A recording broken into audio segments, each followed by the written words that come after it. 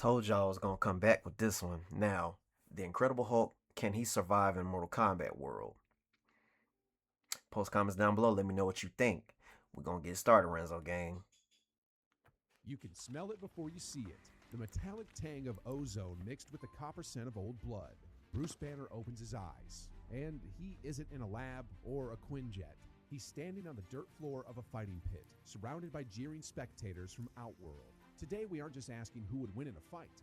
We are breaking down the physics of survival. We're taking the Marvel Universe's most indestructible object, the Incredible Hulk, and dropping him into the meat grinder of Mortal Kombat to see if biology, no matter how mutated, can survive forces that defy the laws of physics. The announcer's voice booms across the arena, calling for the first match. The gates open and the air temperature instantly drops by 80 degrees. It's time to run the numbers. And the madder the Hulk The first gets, opponent steps the forward, stronger he Kuei gets. Liang, the Grand Master of Kuei Wen Liang. Kuei, better known as Sub-Zero. Sub-Zero. This isn't just a martial arts contest. It's a battle of thermodynamics. And that's the younger brother. Even the Bihan game's is the entropy original height Sub-Zero. ambient Kuei temperature Liang is is down to near the second absolute Sub-Zero, zero, the second brother. or minus 459.67 degrees Fahrenheit. To understand the danger here, you have to look at what happens to a human cell during a flash freeze. When the human body is exposed to extreme cold this rapidly, the water inside your cells, which makes up about 70% of your mass, doesn't just freeze, it crystallizes. Water expands when it freezes. In a normal human, these jagged ice crystals would puncture the cell membranes from the inside out. Insane in the membrane. Insane in the You brain. become a statue of shattered glass held together by skin. Sub-Zero opens with an ice blast directly to the Hulk's chest. In our simulation, the ice encases the Hulk instantly, but here is where gamma physiology changes the equation. Gamma. The Hulk's hypothalamus, the part of the brain that regulates body temperature, is essentially a nuclear reactor. As the ice makes contact, the Hulk's stress response triggers a massive spike in gamma radiation emission. Gamma rays are high-energy photons, and when they interact with matter, they generate immense heat. We see a phenomenon known as the Leidenfrost effect. You've seen this if you've ever dropped water on a scorching hot pan. The water skitters around on a layer of vapor because the heat is so intense, it vaporizes the liquid before it can physically touch the metal. The Hulk's skin is so hot from the sudden rage spike that Sub-Zero's ice sublimates instantly, turning directly from solid into gas before it can freeze his cells. The thermal shock fails because the Hulk is a walking thermodynamic countermeasure. Like, the Hulk is really one of the most dangerous beings in the Marvel Comics universe. Iconic moves in the franchise, the spine rip. We need to look at the force required here. To tear a human head and spine from the torso requires approximately 1 million newtons of force to shear through the skin, trapezius muscles, the nuchal ligament, and finally separate the spinal column. Sub-Zero, possessing superhuman strength, has performed this feat on cyborgs and demons alike. He grabs the Hulk's neck and pulls. Nothing happens. Why? It comes down to material science. Human bones have a tensile strength of about 130 megapascals. The Hulk's bones, however, have been reinforced by continuous cellular regeneration and mutation, behaving more like carbon nanotube composite. We're looking at a tensile strength closer to 63 gigapascals. Trying to rip the Hulk's spine out is roughly equivalent to trying to pull a steel beam apart with your bare hands. It's structurally impossible for Sub-Zero to generate the torque needed to sever the cervical vertebrae. The attempt only serves to annoy the Hulk. The green guy responds. Yeah, that's gonna do nothing but irritate him, I'm telling you. He slams his palms together. When the Hulk gets mad, he gets stronger every time he gets mad. And gets bigger. Close range. A shockwave of 200 decibels doesn't just now I will say that he can't, somewhat catch Sub-Zero, but believe me, Hulk is hard to beat. You ain't gonna get away from Hulk too much, I'm telling you. His ice axes shatter against Hulk's skin, and the subsequent sonic force sends him flying back across the arena, incapacitated by internal trauma. The Hulk stands amidst the dissipating steam, his skin glowing faintly green from the heat generation. In terms of survival, we rank this encounter as Tier S. The physical damage was negligible. Sub-Zero's attacks rely on compromising the structural integrity of the opponent. Who's next? Let me get Scorpion. Trauma against a being whose cells are harder than diamond and who emits enough thermal energy to power a small city. The laws of thermodynamics are firmly on the Hulk's side. But as the steam clears, the environment shifts. The dirt floor of the arena falls away, replaced by the scorching obsidian of the Nether Realm. The temperature swings from freezing to burning in a split second. The physical threats are over. Now we move to the magical threats. A chained spear snakes out of the darkness, glowing with hellfire. The Hulk roars. For the Scorpion, first time, I knew it. the data suggests he might actually feel pain. The next round has begun. The environment dissolves around them. The cold stone of the arena replaced instantly by scorching, sulfur-choked crags of the nether realm. The ambient temperature rockets from sub-zero to over 120 degrees. Standing across the lava flows is the Scepter of Vengeance, Hanzo Hasashi, Scorpion. The threat profile here shifts dramatically from biological to metaphysical. We aren't dealing with ice anymore, we are dealing with hellfire and non-linear movement. Scorpion initiates combat with a teleport punch. To the human eye, he simply vanishes and reappears. Scientifically, this is an issue of latency. Their brain would need to process the visual disappearance and predict the reappearance in less than 200 milliseconds. Bruce Banner couldn't do that. But the Hulk has reacted to speedsters like Quicksilver and the Sentry. Hulk catches the fist without looking, but this is a trap. The iconic kunai spear shoots forward. Unlike Sub-Zero's ice, which shatters against the Hulk's skin, the enchanted steel tip plunges deep into his chest. Why? It comes down to the Pauli exclusion principle. In physics, objects never actually touch. The electron clouds of their atoms repel each other. Hulk's durability usually relies on the density of his molecular bonds, maximizing this repulsion.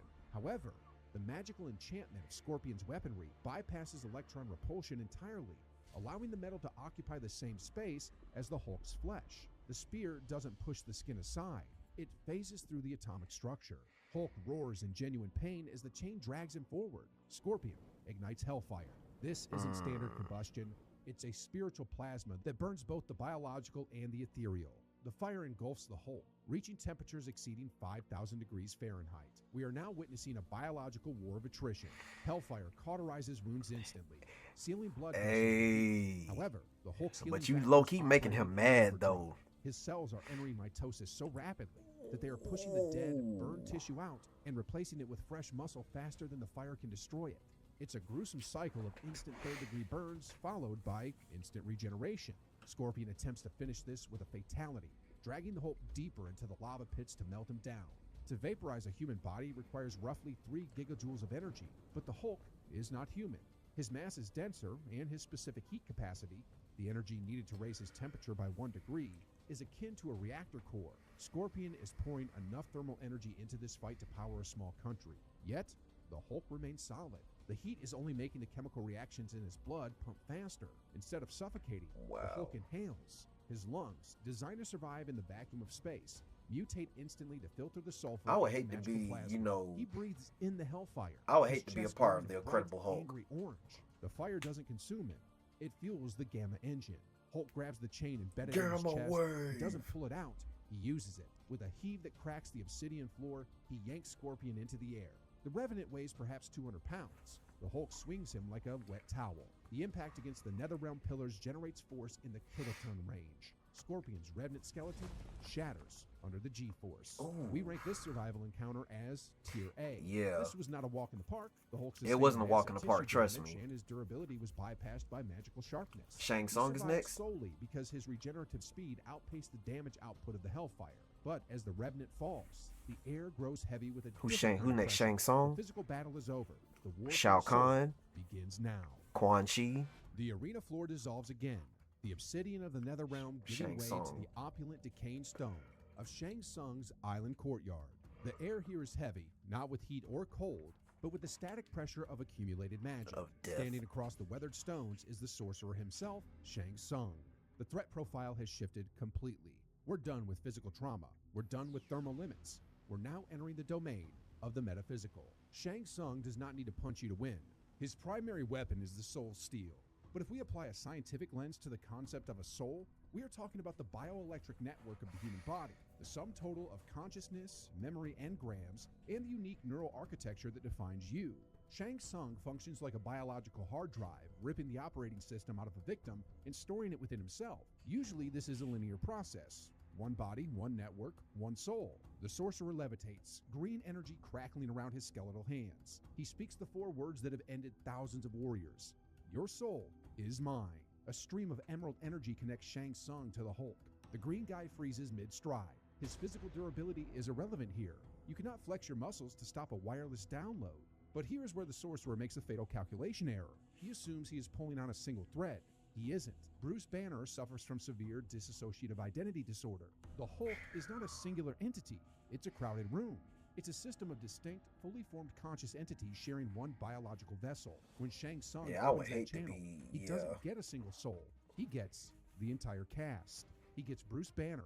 He gets Joe Fixit, the morally gray enforcer with a mobster's cruelty. He gets the Savage Hulk, a toddler with the emotional regulation of a nuclear bomb. He gets the Devil Hulk, the malevolent protective father figure who resides in the deepest, darkest pit of Banner's psyche. The mindscape of the Hulk is not a library. It's a radioactive wasteland.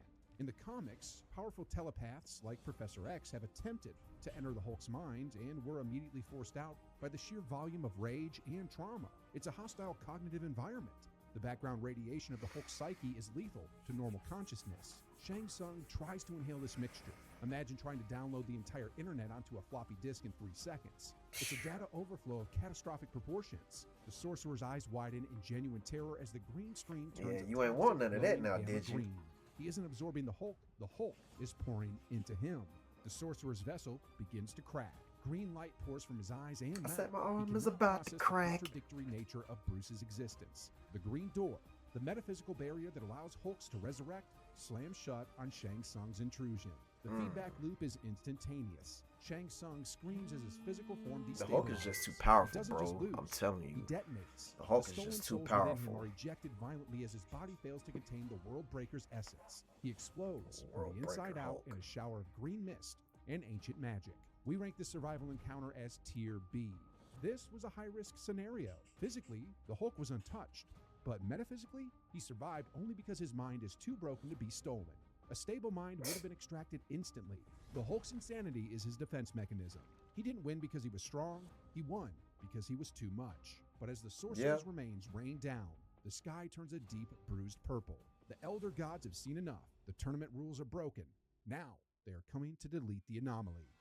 The laws of physics have failed, so the architects of reality intervene. Kronika, Titan of Time descends. She doesn't want to kill the Hulk. She wants to erase him completely from the timeline. She initiates a temporal reversal, attempting to rewind the Hulk cells back to a pre-gamma state. But Bruce Banner stops resisting. The World Breaker persona fully emerges, emitting ambient energy that physically cracks the dimension's tectonic plates. Kronika attempts to rewrite the timeline, but the Hulk responds by punching the time stream itself. This sounds impossible, but in the comics, the Hulk has shattered dimensional barriers through sheer kinetic force. His rage anchors him as a fixed point in time. The energy density of the World Breaker this is so insane, high, bro. simulation begins to destabilize. The Mortal Kombat universe cannot support his mass. To save the reality from total collapse, the Elder Gods this force is to banish insane. him, You hear me? and destroy him. We rank this survival as Tier A+, a stalemate caused by catastrophic structural failure. The verdict is clear. The Hulk clears the roster not because of martial arts, but because he is a biological event horizon. Physical damage from Sub-Zero failed. Magical damage from Scorpion. Yeah, Ryu couldn't do this. And soul manipulation And it got to from the Shang point Tsung where caused a system of Kronika had to get involved. That's how powerful Hulk really is, bro. Y'all gotta understand, the Hulk is one of the most powerful comic book characters of all time. Every time he gets angry, he gets stronger and bigger. Like, there's no way you can stop the Hulk. People... Mortal Kombat relies on strict rules. Ryu The couldn't Hulk do this. is the total absence of rules. If you want to see which universe the green guy should invade next, make sure to let us know in the comments. Man, I'm telling you, Hulk is like that.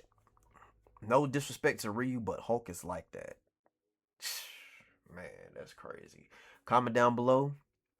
If you enjoyed this reaction video, hit that like button, share, and subscribe. Turn that post notification bell on so you'll be first to get your videos. If you want to see more like these, just comment down below some good, animation stuff, and I will be looking for them as well. Renzo Gang. I love y'all. I will see y'all next time. You feel me?